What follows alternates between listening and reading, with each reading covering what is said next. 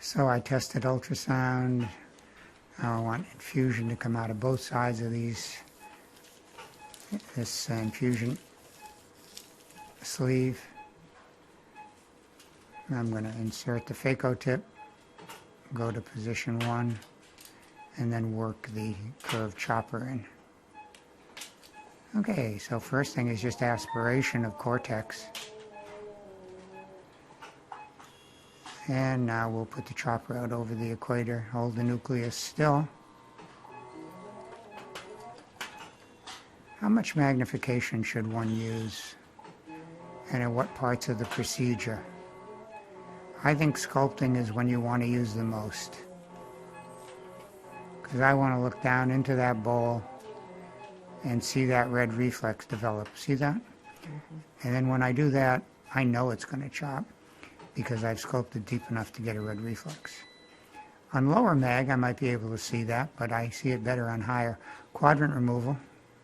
So now we've got a little piece of lens material that floated up, and we'll clear that out. Bimanual rotation keeps the nucleus centered, so the zonule doesn't get stressed by that rotary motion.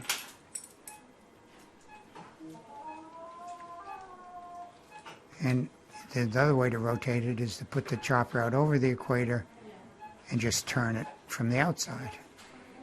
Sculpt. And now I'm going to do an impale chop. Wet the cornea and put it on sculpt. Good. So I went from position 3 to 2. The vacuum stabilizes, now quadrant removal. And while the vacuum's stable and I've impaled it, I chopped it.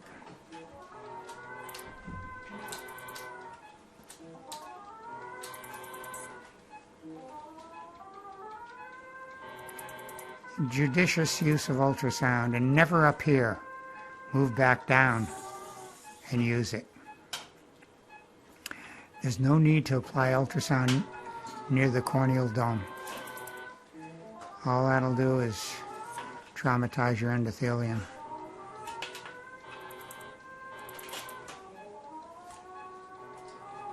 So either at the iris plane or beneath it is where we want the tip to be when we're using ultrasound. And the chopper beneath the phaco tip. And that's the safest for both the cornea and the posterior capsule. What, the cornea?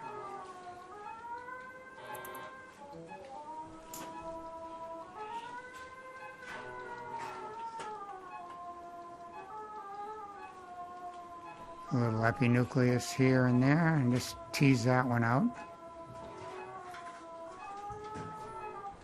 And now we're ready for INA.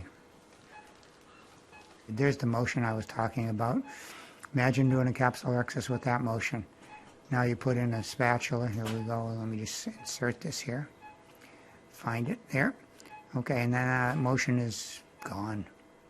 I mean, there's an attempt to move it, but that's why that spatula is so important during capsulorhexis. Okay, cortex removal. 90-degree INA tip, port facing upward.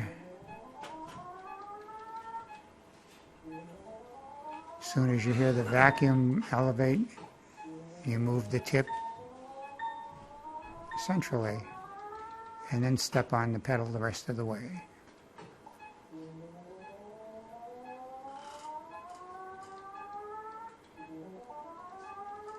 A little epinucleus hanging out there.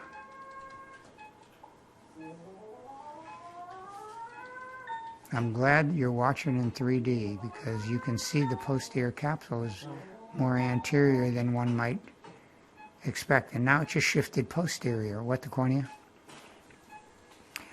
Rewind that video and look at that again. You'll see the capsule was up here and then shifted down there. IOP didn't change. The only thing that changed was the location of fluid in the eye. Some was behind the posterior capsule and it came back into the anterior chamber through the zonule. It's a two-way street, infusion misdirection. And nearly always this happened late in the case, so there may not be any fragments to see back there. But nearly always, when you have some infusion misdirection, if you focus behind the posterior capsule, there they are. See those little fragments? Those are little microscopic lens fragments. Okay, so next step is to get rid of that PSC opacity. And we're going to do that simply by using this viscoelastic cannula. In this case, it's ProVisc. And as I inject, I'm just rubbing it off. And you can be fairly aggressive with this as long as you're injecting as you do it. Just slow, steady pressure on the plunger gets it done. Okay, so now we're ready for IOL insertion. So the IOL is now in the capsular bag, and it only remains to remove the OVD first posterior to the IOL by nudging it to the side, slipping the curved tip under it.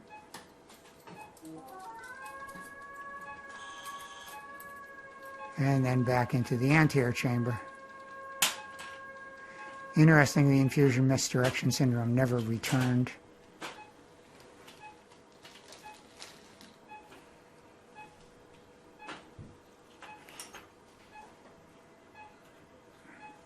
And I'm going to remove the OVD from the chamber angle and let that extrude. So there we are. I have a nice clear central axis in the posterior capsule, a little peripheral PSC, but that's not going to affect acuity at all. And checking IOP digitally, and going to make sure that we seal this little side port incision. And I always like to inject to it. There might be a little fragment there. Let's just see if that is. Well, what do you know? And if I hadn't injected through that side port incision, I may not have seen that or found that little fragment. But yeah, inject through your little incisions, seal them, and check them. So that's it. We're done.